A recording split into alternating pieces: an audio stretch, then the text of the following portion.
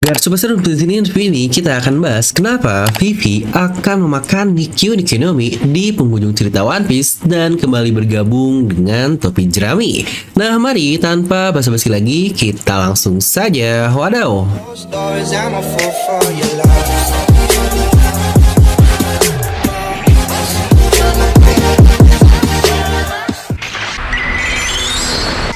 Oke, kemampuan dari Nikio Nikionomi sudah sejak lama sekali digadang-gadangkan akan dimiliki oleh kru dari topi jerami. Kenapa? Karena permainan kanji yang Oda gunakan dari pemakan buah iblis di topi jerami yang berisi angka 1 sampai 10. Dimulai dari Luffy yaitu Gomu, lalu Chopper di Hito, Robin adalah Hana, dan Brook adalah Hyomi. Nah, dari sini cukup terlihatkan ada dua bagian yang hilang dan itu adalah angka 2 dan 9. Yang jika dibaca berarti Ni dan Q, dimana Nikio Nikionomi ini adalah buah iblis yang dimakan Kuma yang dalam bahasa Inggris disebut sebagai Pau Pau Nomi. Dimana juga sebenarnya dari dulu banyak teori yang beredar jika Franky lah yang akan memakan Nikio Nikionomi, tetapi rasanya menurut saya Franky sudah sangat cocok lah dengan kemampuan cyborg yang dia miliki saja. Dimana kandidat terkuat lainnya yang paling baru adalah apakah Vivi lah yang akan memakan kemampuan tersebut. Nah, jadi pastikan kalian tonton video sampai habis ya, agar tidak ada informasi yang miss dan juga setengah-setengah, karena One Piece itu tidak masuk akal, tapi akal bisa masuk. Nah, mari siapkan kopi, nyalakan di besar, pasang headsetnya, ambil posisi PW, and wadidaw.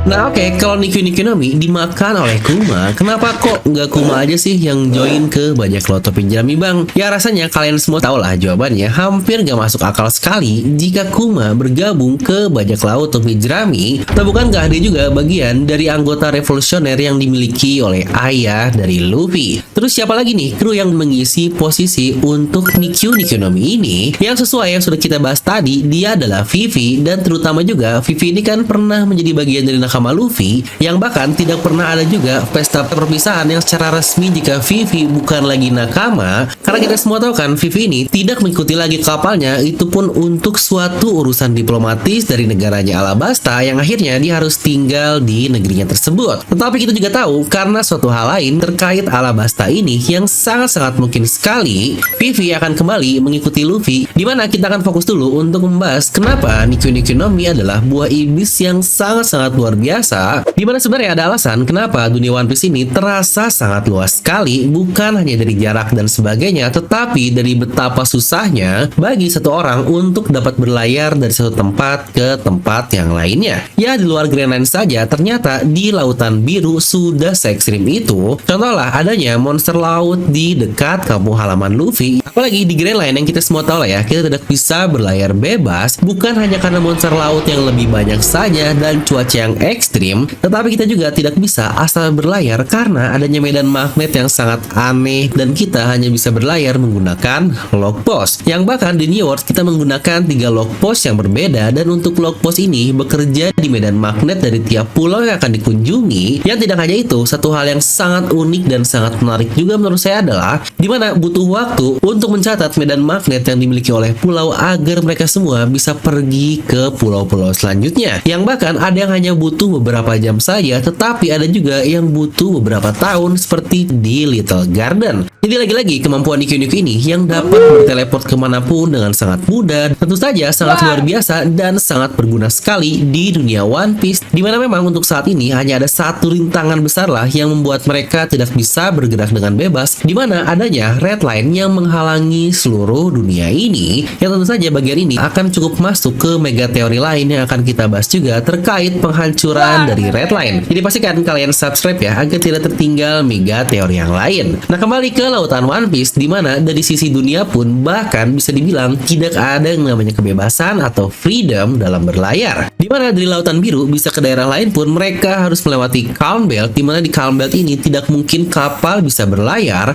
karena tidak ada yang namanya angin untuk menggerakkan layar mereka di lautan tersebut. Dan jika tanpa angin tentu saja tidak ada yang namanya gelombang, yang berarti kapal perlu dikayuh di dalam daerah Calm Belt. Tetapi ketika dikayuh kita juga tahu Calm Belt adalah sarang dari monster laut, makanya itu adalah daerah yang sebenarnya sangat berbahaya. Nah, di mana Nikyu Niko ini sekali lagi menjadi buah iblis yang sangat-sangat luar biasa overpower jika kita melihatnya dari sisi mobilitas. Yang jika kalian perhatikan juga, bahkan di pintu masuk Grand Line dan pulau terakhir dari One Piece itu bukankah sebenarnya sangat dekat sekali. Hanya saja untuk mencapainya, kita perlu mengelilingi dunia karena terhalang oleh Red Line. Yang lagi-lagi kemampuan mobilitas itu baru satu dari berbagai kemampuan luar biasa yang dimiliki oleh Nikyu no Mi. Di sisi bertarung saja, dia bisa menciptakan shockwave yang sangat luar biasa, dia bisa menghilangkan luka agar orang sehat sempurna juga. Makanya lebih dari 600-an chapter sejak awal diperkenalkan, kita masih belum tahu secara utuh terkait pemakannya yaitu Kuma dan buah iblisnya oleh Oda Sensei. Mungkin baru-baru ini saja Dr. Vegapunk pernah berkata, jika Nikyu no Mi, dia dapat mengubah hal imajiner menjadi solid.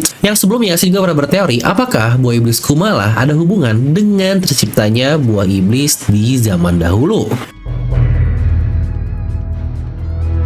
Nah, lalu kenapa Nikyu akan berhubungan dengan Vivi dan Lily? Dimana dulu kita masih bingung sekali kan apa alasan Poneglyph ini diciptakan dan bagaimana mereka bisa terbentuk. Tetapi semakin berjalan cerita, kita cukup banyak mendapatkan informasi terkait satu batu misterius yang bernama Poneglyph ini. Dari hipotesa Robin atau teori awalnya, dia berkata jika Poneglyph ini diciptakan untuk mengirim surat ke masa depan dari era White Century, yang bagian ini pun sebenarnya semakin terjawab dari bagaimana Poneglyph ini dibuat oleh klan Kozuki Wano Kuni, yang ternyata Wano Kuni juga ada hubungan sangat dalam terkait Void Century tersebut. Dan belum lama ini juga kita baru tahu kalau Lily lah yang menyebarluaskan Poneglyph ke seluruh dunia. Yang dari kata-kata Tamagon di Whole Cake Island sepertinya hanya terdapat 30 Poneglyph saja di seluruh dunia. 4-nya adalah Rod Poneglyph dan 3-nya adalah Rio Poneglyph, dimana mungkin sisanya 23 Poneglyph lainnya adalah kisah-kisah dan sebagainya, seperti contohnya permintaan maaf Joy Boy lah, atau mungkin juga terkait masa lalu dari Alabasta yang pernah diceritakan oleh Nico Robin. Yang menurut saya sejujurnya angka 30 ini adalah angka yang sangat-sangat masuk akal sekali terkait dari sulitnya bagaimana Poneglyph ini diciptakan karena bahannya tidak dapat hancur dan sebagainya. Nah, terkait Poneglyph juga sebenarnya kita tahu kan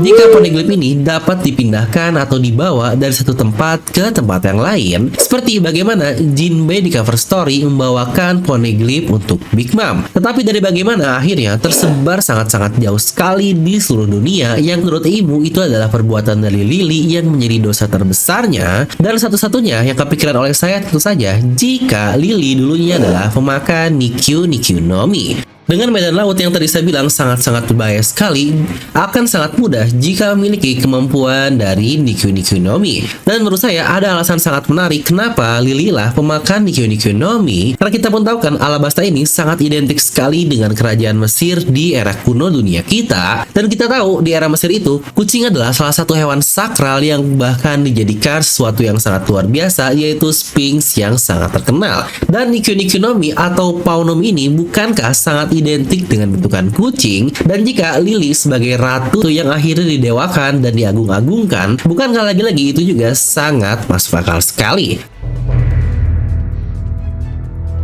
Nah, lalu kita akan menghubungkan semua itu. Kenapa kita kembali lagi dengan satu karakter lama, yaitu Vivi? Tentu saja karena dia ternyata keturunan langsung dari Lily yang juga pastinya ada hubungan dengan Joy Boy. Dan jika teori terkait semua angka buah iblis tadi dari Clue Jerami akan terisi, maka 2 dan 9 atau Nikyu tadi, Vivi lah menurut saya yang selaku nakama mereka akan sangat pas sekali untuk memiliki kemampuan yang serupa juga dengan leluhurnya lebih 800 tahun yang lalu. Nah, jadi jika Vivi makan buah iblis dari Kuma, berarti Kuma harus mati dulu dong bang. Yang jawabannya benar. Saya sendiri pun sebenarnya cukup sanksi sih terkait Kuma yang akan terus hidup, mengingat kondisinya sekarang saja sudah bisa dibilang dia ini sekarat lah, atau bahkan dia sebagai mayat hidup. Karena jika kita ingat beberapa karakter yang mati di timeline utama, mereka semua memiliki hal dan beberapa pola yang cukup serupa. Shirohige jauh sebelum mati, Oda sudah memberitahu kepada kita jika dia dalam keadaan sakit parah, yang saya prediksikan sepertinya dia ini menderita kanker. Karena dulu ini dia sangat bangga sekali dengan rambut panjangnya, tetapi tiba-tiba dia menggunakan semacam penutup kepala. Dan yang terbaru adalah terkait Cobra, dia pula yang awalnya sehat-sehat, tahu-tahu dalam keadaan sakit pasca time skip, yang boom akhirnya Oda matikan juga di Reverie. Lalu juga mungkin beberapa karakter juga yang mati karena sudah mencapai apa yang mereka inginkan dalam hidup. hidupnya. Dan yang paling jelas adalah Portgas DS yang Oda pun cukup jauh sebelum kematiannya, kita mendapatkan flashback di mana Ace yang bercerita kepada Garp bahwa tujuan utamanya hidup hanyalah untuk tahu apakah dia diperbolehkan untuk terlahir. Dan setelah tahu semua orang justru rela untuk menolong Ace ini, dia pun sadar jika hidupnya ternyata sangat berarti yang akhirnya tujuannya sudah tercapai dan Oda pun membuat mati. Lalu juga untuk Izo dan Asura pun sama persis. Asura berkali-kali berkata dia siap mati untuk Wano Kuni, terutama setelah lamanya 20 tahun yang bahkan sempat ragukan dia akan kata-kata Oden. Akhirnya dia pun merelakan hidupnya sendiri.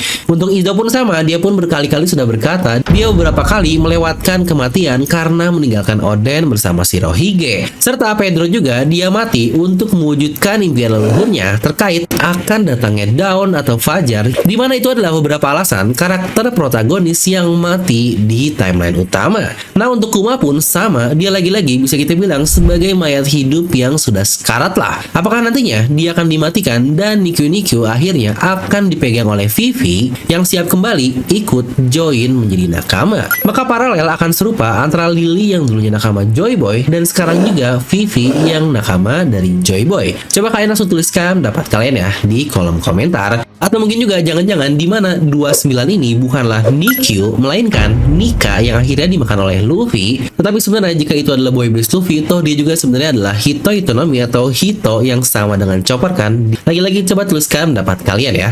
Nah, buat kalian juga yang sedang mencari kaos, topi, atau segala outfit tentang dunia One Piece, kami dari Daily Merchandise hadir dari keraguan bersama dengan kita-kita yang wibu pingin tampil keren tapi tidak mau dan malu jika terlihat sebagai wibu yang cupu. Maka produk-produk kami didesain dan dibuat dengan keresahan bersama tersebut yang cocok banget nih buat kalian-kalian yang mau meningkatkan status wibu kalian, karena seperti namanya, Buah Iblis adalah sebuah impian dan impian kami juga untuk membuat wibu memiliki status sosial yang lebih tinggi juga di society biar nggak ada lagi nih sebutan-sebutan wibu no life, bau bawang, dan sebagainya. Dan jangan malu juga menjadi wibu karena wibu juga bisa tampil keren. Wadaw. Nah buat kalian pingin, kalian bisa langsung klik link di deskripsi video. Untuk pesanan kalian sudah bisa COD dan banyak gratis ongkir juga bisa melalui Tokopedia, Shopee, atau WhatsApp. Yuk langsung miliki sekarang dan tingkatkan status kalian. Daily Merchandise, fit everywhere.